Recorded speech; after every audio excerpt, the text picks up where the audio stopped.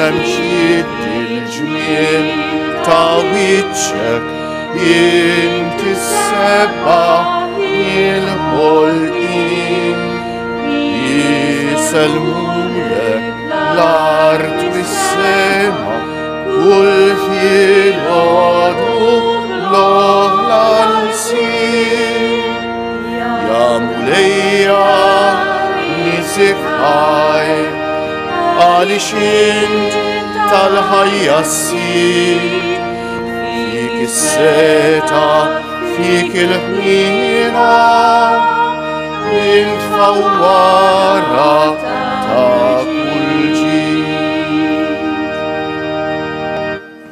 Fl-isem tal-Missier u tal-Iban u tal-Ispiritu Santu, Amen.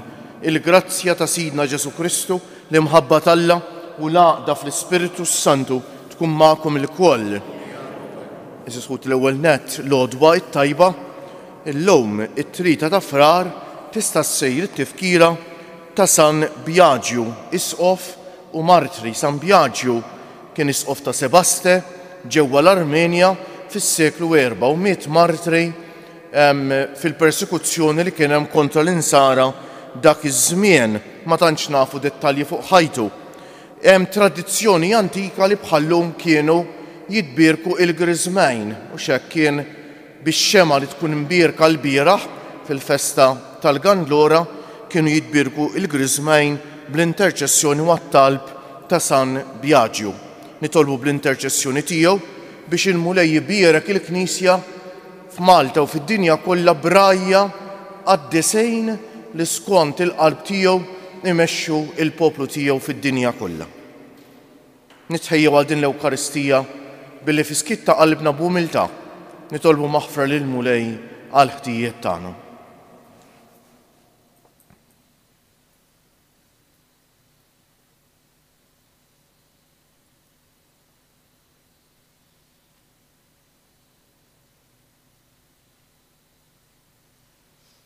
Mulej ħniena, Kristu ħniena, mulej ħniena, iħenna għalina Alla li jista' kollox, jaħfrinna dnubietna u jwassalna għal ħajja ta' dejjem.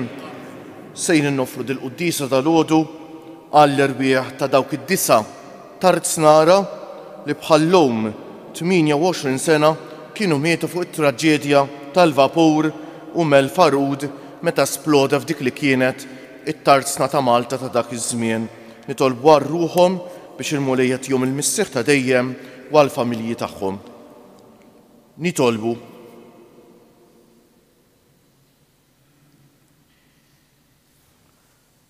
għati widen mulej għall-poplu tiegħek fit-talb li bil-ħerqa qiegħed jagħmillek bl-għajnuna tal-martri San Biagio. Għatina lena tal-paċi fi żminijietna u għenna fit-triq tal-ħajja ta' dejjem b'ibnek Ġesu Kristu Sidna li hu Alla u miegħek jgħix u jisaltan fl-imkien mal-Ispiritu Santu għal dejjem ta' dejjem.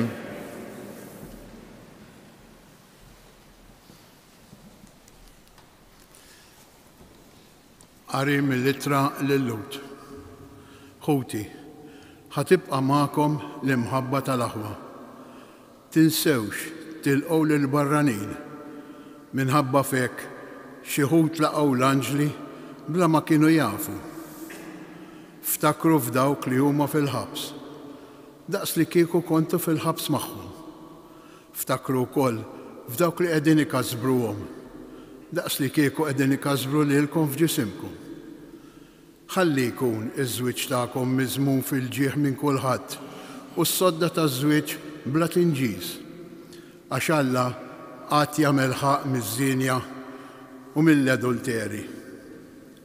Tkunux mogħtija għar-rieba tal-flus, kunu kuntenti b'dak li għandkom, għax Alla stess qal, jien minix se nħallik anqas nitilqek. Għaliex nistgħu ngħidu b'qalbna qawwija il-mulej l-għajnuna tiegħi jien ma nibżax x'jista' jagħmel lill-bniedem. Ftakru f'dawk li jmexxukom, dawk li jwasslulkom il-kelma ta' Alla. Aħsbu fuq it-tmiem ta' ħajjithom, imxu fuq l-eżempju tal-fidi tagħhom. Ġesu Kristu u dak li kien fl-imoddi, issa u għaldejjem. Il-kelma tal-mulej. Il-mulej id-dawl u s-salvazzjoni tiegħi. Il-mulej id-dawl u s-salvazzjoni tiegħi. Il-mulej id-dawl u s-salvazzjoni tiegħi. Min min għandi nibża? Il-mulej u l-ken tiegħi. Qudiem min għandi nitwerwer. Il-mulej id-dawl u s-salvazzjoni tiegħi. Imqar jekk eżerċtu jqum għalija, xejn ma tibża qalbi. Imqar jekk gwerra tqum kontrija, jiena nibqa' qalbi qawwija. Il-mulej id-dawl u s-salvazzjoni tiegħi. Għax hu jaħbini fl-għarix tiegħu meta nsib ruħi fil-għawġ. Jistorni fis-sata ta' daru, fuq il-blata fl-għoli edni il-wieġbu. Il-mulej id-dawl u s-salvazzjoni tiegħi. Jien wiċċek infittex mulej, la taħbix wiċċek minni, la twarrabx blerra l-qaddej tiegħek. Inti l-għajnuna tiegħi, tħallinix u titlaqnix. Ngħidu, il-mulej id-dawl u s-salvazzjoni tiegħi.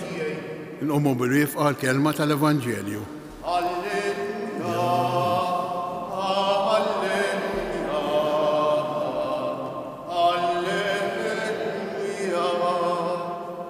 Ħinja dawk li jisimu l-kelma b'qalb tajba u sinċira u jagħmlu l-frott billi jżommu sħiħ. Alleluja, alleluja, alleluja.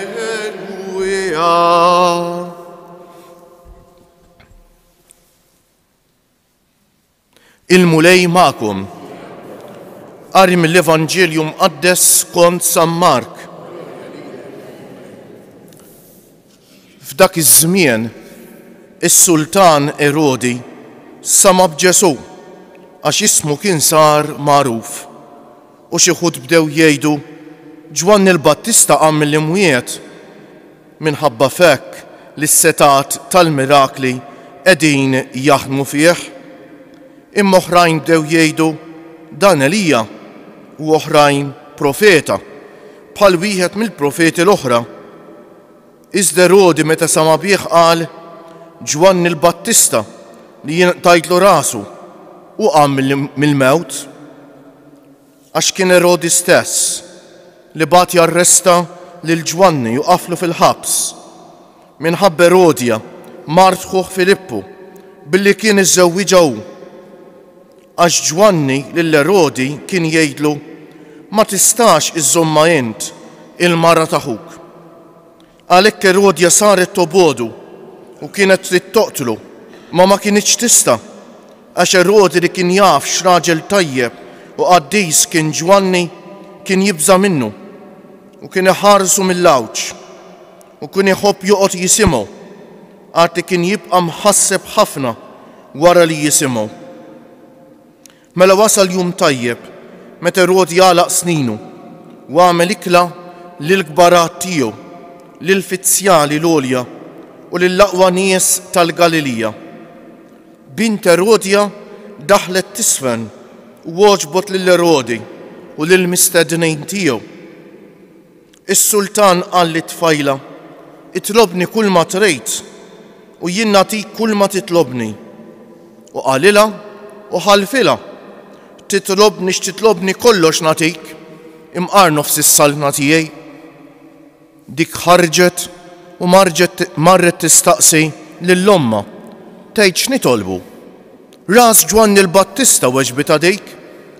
Malaj reġgħet daħlet taġġel quddiem is-Sultan talbitu qaltlu irridek issa stess tagħtini ras Ġwanni l-Battista fuq platt. Tnikket għall-aħħar is-Sultan iżda minħabba l-ġurament u l-mistednin ma rridx jarġa' lura mill-kelma li ta'. Malajr is-Sultan bat soldat minn ta' madwaru u ordnalu li jġiblu rasu. Dak mar u qatalu rasu fil-ħabs. imbaġġiba fuq platt u tali tfajla u tfajla marret tagħtiha lill-omma. Meta d-dixxipli tiegħu semgħu b'dan, ħadu l-ġisem tiegħu u difnuh ġo qabar. Il-kelma tal-mulej, it-tifħir lilek Kristu. Bit-tagħlim tal-Evanġelju nitnatfu minnu bietna.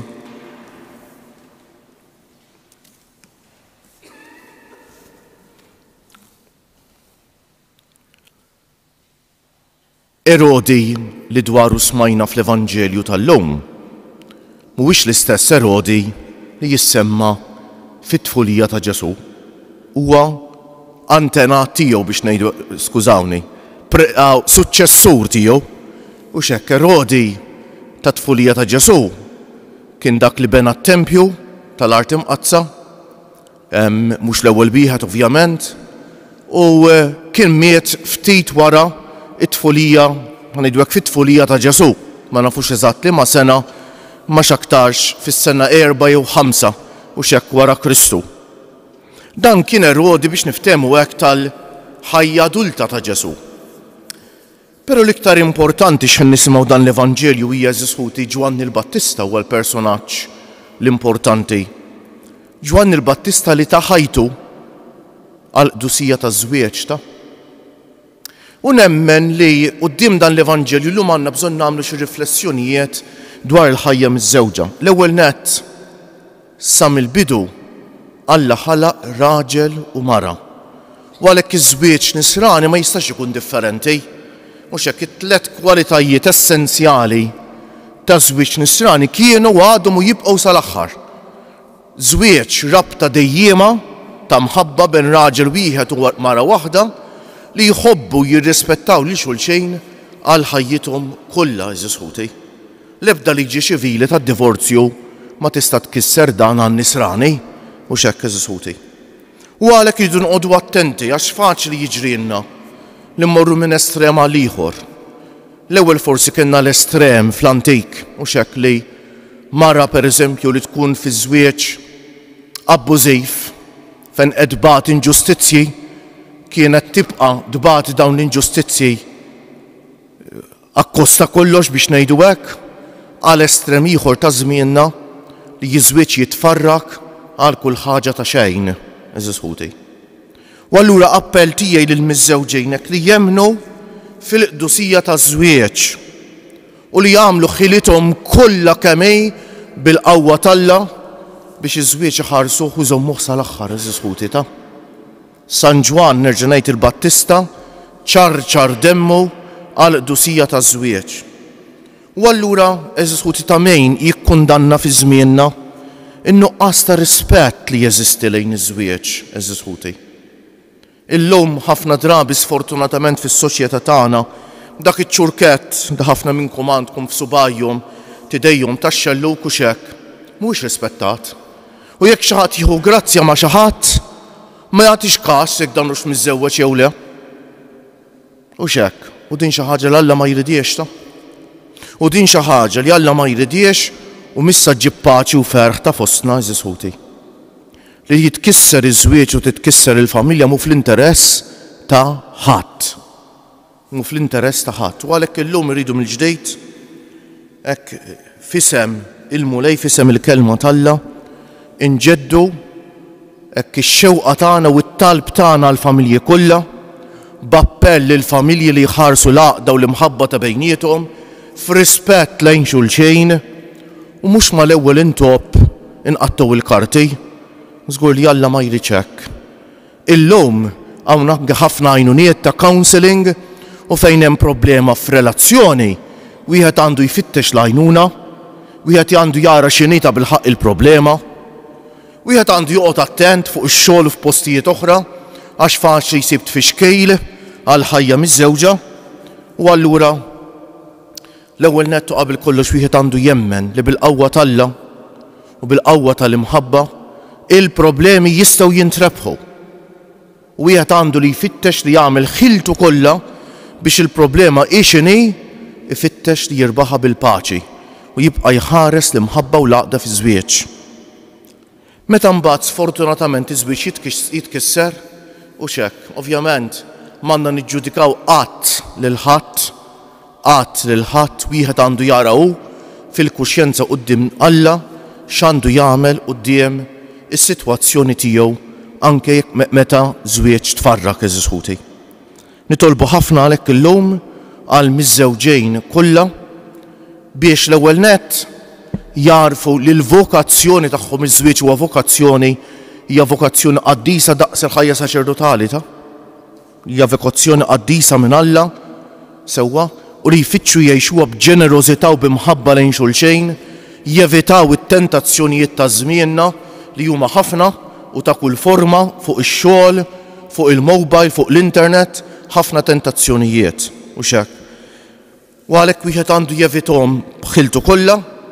It-tnieni nitolbu kollha għal dawk li żwieġ tagħhom falla mingħajr ma niġġudikawhom u l dawk li żwieġ tagħhom falla jfittxu nitolbuhom hekk nitolbu l-Alla jgħinhom biex ifittxu x'inhi allura t-triq tagħhom issa biex inmur jgħinhom. U t-tielet eżis ħuti nitolbu għaż-żgħażagħ tagħna biex jemmnu li żwieġ huwa vokazzjoni u jidħlu għal żwieġ dak li huma msejħejn minn Alla l-ħajja miż-żewġa, jidħlu għal żwieġ nisrani b'dedikazzjoni sħiħa b'imħabba kbira, bi preparazzjoni llum u xek f'pajjiżna anke f'Għawdex hawn preparazzjoni serja ħafna għal ħajja miż-żewġa u ż-żgħażagħ li huma msejħin għal żwieġ nitolbuhom u nitolbu għalihom li jidħlu għal preparazzjoni serja għal ħajja miż-żewġa biex hekk iwaqqfu familja skont il-qalb ta' Alla.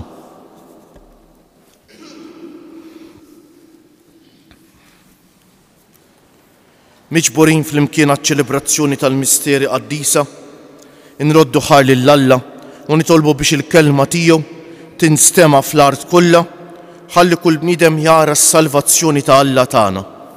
Tħalli qatt nieqsam ulejja l-Knisja tiegħek minn rajja qalbina li bil-kelma u bl-eżempju bħal San Biagju ikunu mexxejja tal-poplu tiegħek li tafdalhom fi ħsiebhom. Nitolbu għanqalqlu il-bnedmin kollha tarida tajba biex jagħtu widen għall-kelma ta' dawk li inti tagħżel biex ikunu rajja u assisa ta' ruħna. Nitolbu qawwil dawk kollha li jinsabu miġburin imġarbejn mill-mart jew il-hemm tad-dinja u għatihom li jsibu faraġġ fejk. Nitolbu daħħal fis-saltna tiegħek tal-għena id-dawl u s-sliem lil qaddejja tiegħek ħutna li tilfu ħajjithom fit-traġedja tal-vapur u mel-Farud u lil ħutna l-mejtin kollha. Nitolbu wettaqna fil-fidi li xandar fostna l-appostu tal-ġnus biex ma niġdu qatt is-sejħa tagħna ta' pajjiż nisrani. Nitolbu għal miż-żewġin kollha llum biex jemmnu fil-vokazzjoni tagħhom u fil-qdusija hekk li l-mulej qed isejħilhom għalija. Nitolbu għal dawk li żwieġ tagħhom tkisser biex jarfu is-sejħa li qed jagħmlilhom il-mulej hekk x'jixtieq minnhom il-mulej fiċ-ċirkustanza tagħhom, għal dawk iż-żgħażagħ li l-mulej qed isejħilhom għaż-żwieġ biex ma jibżgħux biex li jidħlu għal żwieġ nisrani. Nitolbu għal ħafna li jsegwu dil-quddiesa permezz tat-televiżjoni u mezzi oħra ta' komunikazzjoni soċjali, mod speċjali nitolbu għal ħutna, il-morda, l-anzjani, il-persuni bi bżonnijiet speċjali, dawk li jieħdu ħsieb ta' persuni vulnerabbli, dawk li jeħtieġu t-talb tagħna u dawk kollha li talbuna nitolbu għalihom fi skiet noffru t-talba personali tagħna lill-mulej.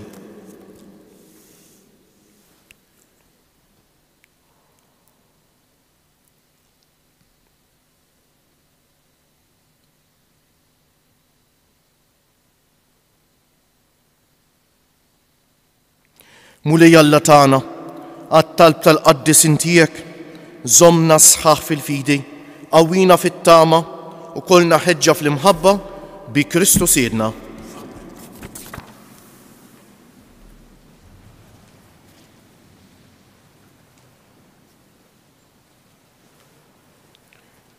Imbierek int Mulej Alla tal-ħolqien kollu għax fit-jubitek tajtna l-ħobs li qegħdin noffrulek frott tal-art u xogħol il-bniedem li minnu jsir għalina l-ħobs tal-ħajja bil-misteru tal-ilma u l-bejt ikollna sehem fin-natura divina ta' Kristu kif hu jissieħeb magħna fin-natura tagħna l-bnedmin. Imbierek int mulej Alla tal-ħolqien kollu għax fit-tjubitek tajtna l-imbejt li qegħdin noffrulek frott tad-dilja u xogħol il-bniedem li minnu jsir għalina x-xorb tar-ruħ. Il-qana mulej Alla tagħna qum li wniedma quddiemek u għamel jkun jogħġbok dan is-sagrifiċċju li sejrin noffrulek. Naddafni mulej minn żuniti u d-dnub tiegħi neħħili. Itolbu ħuti biex is-sagrifiċċju tiegħi u tagħkom ikun jogħġob l-Alla l-Missier li jista' kollox.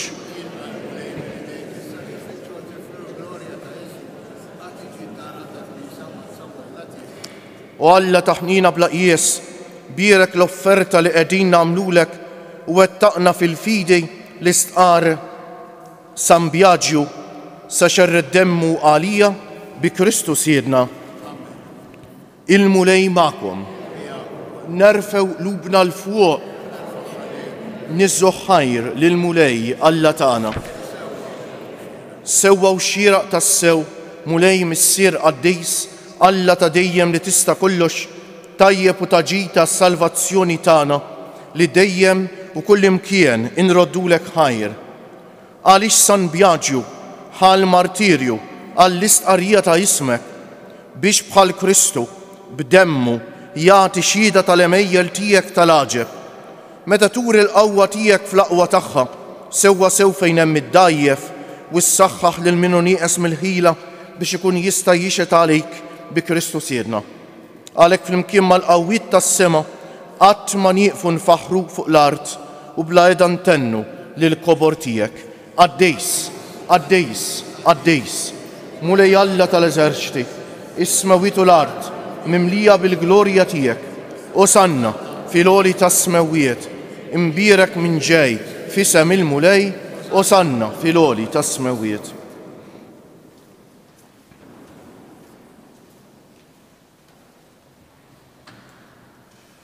Għaddejs tas-sewwent mulej, int lajn ta' kull dusija, għaddes għalhekk nitolbuk dawn l-offerti bil-barka tal-Ispiritu tiegħek biex isiru għalina l-ġisem u d-demm ta' Sidna Ġesu Kristu li meta kien sejjenata biex minn raj ħibati ħal ħobs, radd il-ħajr, qasam tal id-dixxipli tiegħu u qal ħudu u kulu il-koll minn dan għax dan huwa ġismi li jingħata għalikom.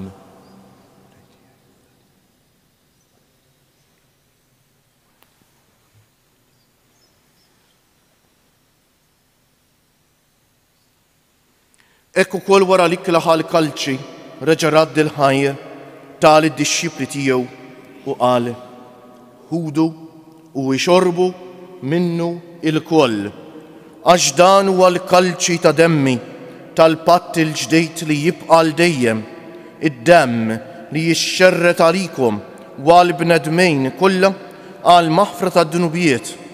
Għamlu dan b'tifkira tiegħi.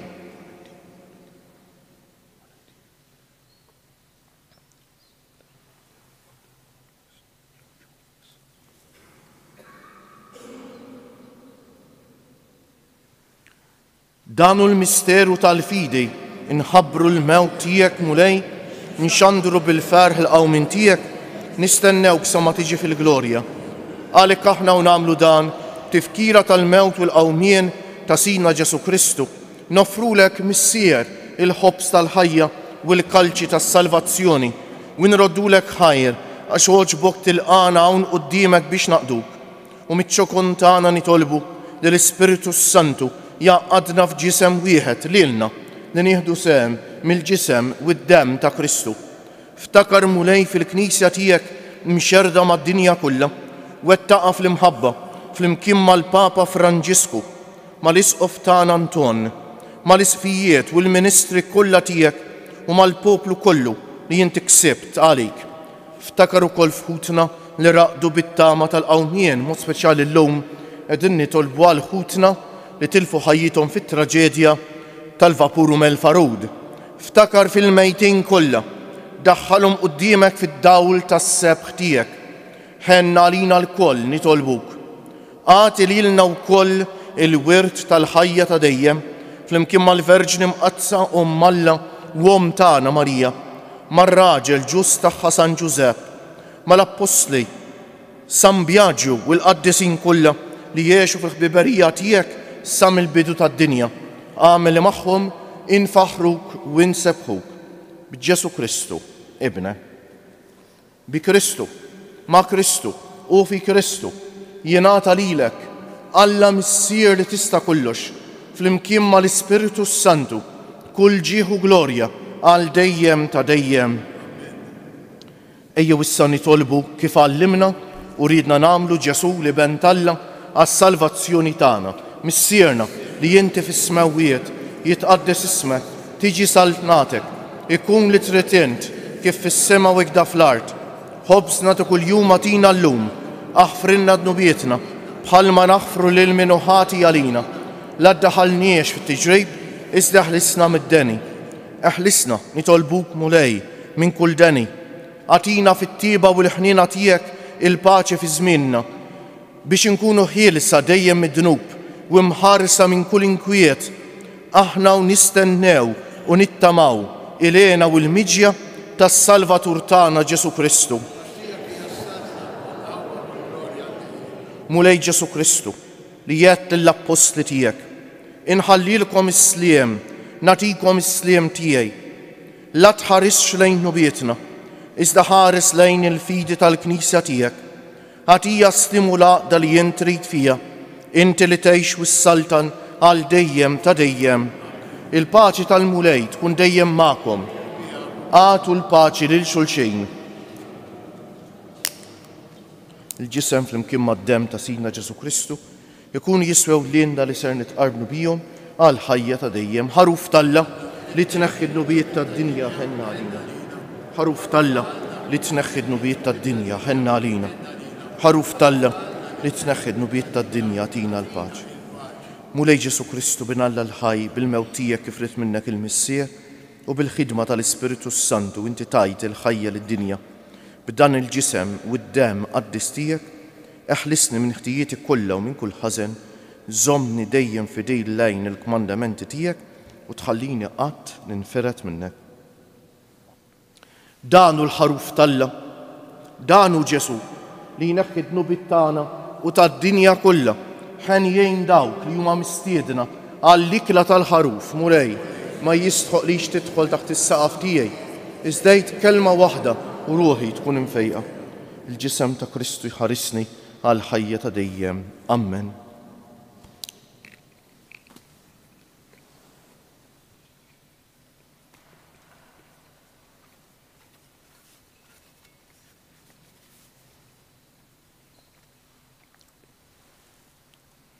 Id-dem ta' Kristu jħarisni għal ħajja ta' dejjem. Amen.